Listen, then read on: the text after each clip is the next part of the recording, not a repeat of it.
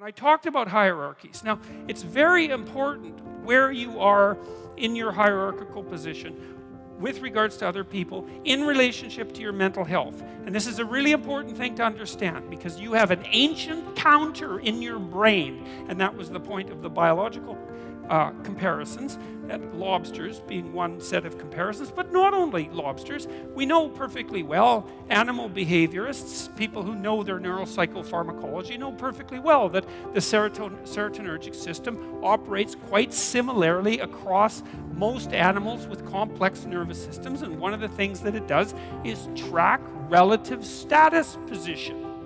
And in birds, wrens, which is another example I used, a lot of it is power.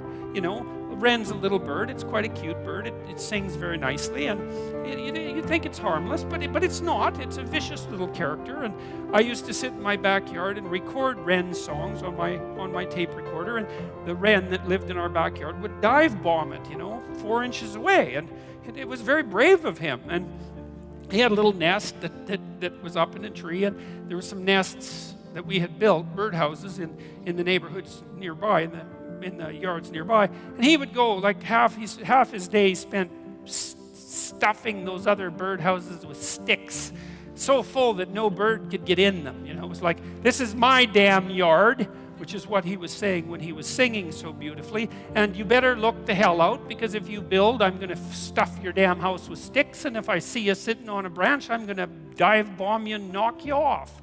And that's power, and that's what wrens do, despite the fact that they're cute. And chickens do the same thing. There are pecking orders among chickens, and virtually every animal. Wolf packs organize themselves into hierarchies, and chimpanzees organize themselves into hierarchies, and there are rat hierarchies, and hierarchical organization is the rule among animals that live somewhat socially, and even those who don't, that occupy the same geographical territory. There has to be some way of organizing access to relatively scarce resources that doesn't result in chronic combat.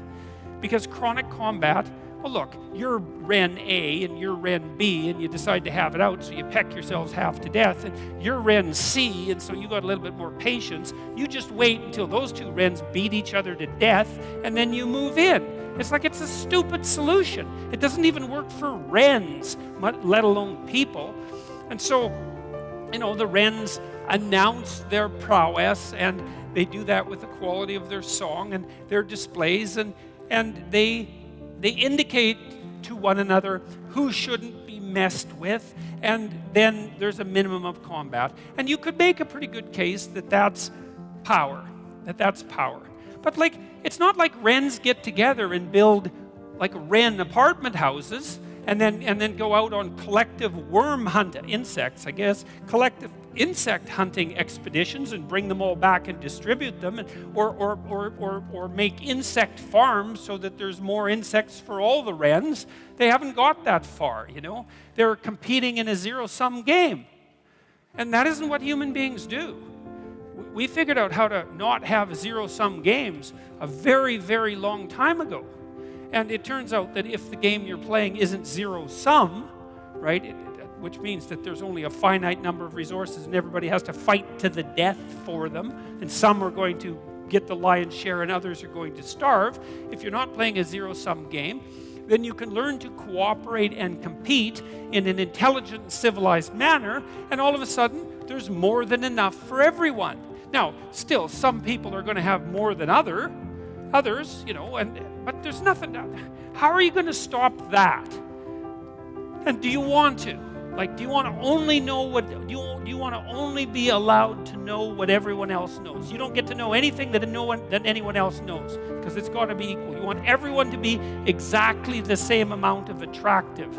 And if you averaged attractiveness overall and you only allowed each person to be as attractive as the average person, there'd be not much attractiveness left in the world. And it seems to me that would be quite the loss, And strength, you're not allowed to have any additional strength or ambition or talent or let's say athletic ability. It's like, or artistic ability. I mean, aren't we kind of happy that there's massive inequality in the distribution of talent. I know it's harsh and hard, but you can't expect everybody to have every talent that there is, and it would be a hell of a sacrifice if no one got to have any talent, because it wouldn't be fair. And so I don't get the whole equality of outcome thing. It isn't going to work. There aren't that many geniuses, you know? We want to exploit the geniuses and get them to work for us. And if the price is that somebody has more than you do of something, well, suck it up, for Christ's sake. Well, Jesus, seriously, man. It's like, look, how much more do you have than most people have?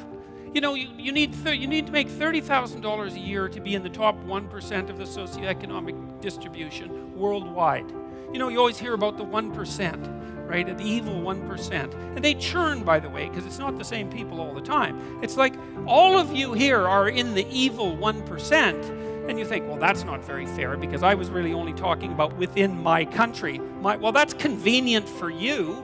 You know, it makes it really, really convenient argument for you. It's like, well, all those other people, those foreigners, they don't count. If they're poor, who the hell cares? It's the Australians that matter, you know. And so, no, that's a non-starter, you know. And by historical standards, you're doing a hell of a lot better than the top 1%. I can tell you that. I read a nice article by a coalition called Human Progress the other day, and they were comparing the typical middle-class person who lives now with Rockefellers in the 1919s, and say, well, would you rather be a middle-class person now or Nelson Rockefeller in 1919? And the answer seemed pretty damn clear that, well, you know, if you were Nelson Rockefeller, then you would have been richer than anyone else. And there's something to be said for that status, right? Because people do like to have more than others. I don't know if it's a good thing or not, but it is one of the things that we like. And so you'd have that. You'd be richer than everyone else. But there'd be all sorts of things that you have that now that Nelson Rockefeller wouldn't have had a hope of purchasing, like the antibiotics that he would have needed to stop his son from dying, for example, you know, just as a start. And so I think this complaint about inequality. Look, no one likes inequality exactly. You walk down the street. This is why I always get a kick out of people who protest. I'm against poverty. It's like, really?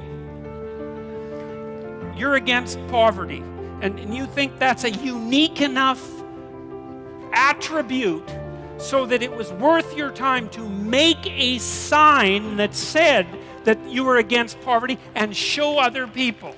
It's like, I've never met anyone that was for poverty. You know, you walk down the street with someone who's pretty well off, you know, and they've got 1920s spats on and a bowler, and they're feeling pretty damn rich, and a Stockster certificate sticking out of their back pocket, and, you know, there's a homeless person there, and they give them a good kick, and they say, the more poverty, the better.